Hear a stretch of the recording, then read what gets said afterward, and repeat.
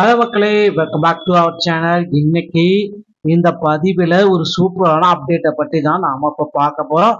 So நாம் தொடர்ந்து உங்களுக்கு நம்ம ரேஷன்களுடைய ரிசல்ட் குறித்து தான் நான் உங்களுக்கு ஒரு நல்ல விதமான அப்டேட்ஸ் எல்லாமே கொடுத்துட்ருக்கேன்.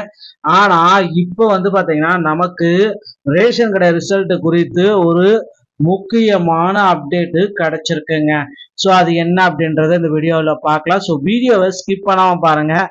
ரேஷன் கடையோடைய ரிசல்ட் குறித்து ஒரு முக்கியமான உங்களுக்கு அப்டேட் சொல்ல போறேங்க. ஸோ இது பண்றீங்கன்னா ரிசல்ட் பாத்தீங்கன்னா நிறைய பேருக்கு மன உளைச்சல் ஆகுது. ஸோ இது எல்லாமே தப்பா புரிஞ்சுக்கிறீங்க. ஸோ ரிசல்ட் பாத்தீங்கன்னா ஒவ்வொரு மாவட்டத்திற்கும் ஒரு வகையான ரிசல்ட் அப்டேட் கொடுத்துட்டு தான் இருக்காங்க. ஸோ எப்படி ப்ராசஸ் போயிட்டு இன்னும் பாத்தீங்கன்னா நிறைய தகவல்கள் நமக்கு தெரியலைங்க. ஸோ டிஆர்பி பாத்தீங்கன்னா முக்கியமான தகவல்களை இதுவரை கொடுக்கல. ஸோ ஒவ்வொரு மாவட்ட வாரியா பாத்தீங்கன்னா ரிசல்ட்டை நாங்க பப்ளிஷ் பண்ணுவோம் அப்படின்ட்டு அவங்களே தெல்ல தெளிவாக குறிப்பிட்டு சொல்லியிருக்காங்க.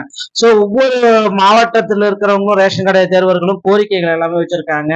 இவர்களுடைய கோரிக்கைகள் பாத்தீங்கன்னா அதாவது கருப்பு சட்டை அணிந்து 14 அம்ச கோரிக்கைகள் வச்சிருக்காங்க.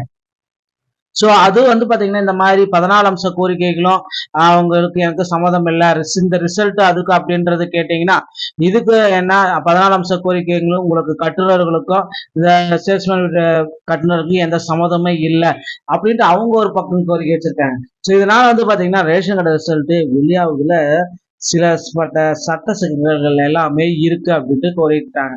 ஸோ விரைவில் பாத்தீங்கன்னா தமிழகம் முழுவதும் ரேஷன் கடையுடைய ரிசல்ட்டை வெளியிடுவாங்க அப்படின்றத நம்ம நிச்சயமா எதிர்பார்க்கலாம். அதிகபட்சம் இன்னும் ஒரு 20 நாட்கள் அதிகபட்சம் நம்ம ஏப்ரல் 14ஆம் தேதிக்கு முன்னாடி ரேஷன் கடையுடைய ரிசல்ட் நம்ம எதிர்பார்க்கலாம். நன்றி, வணக்கம்.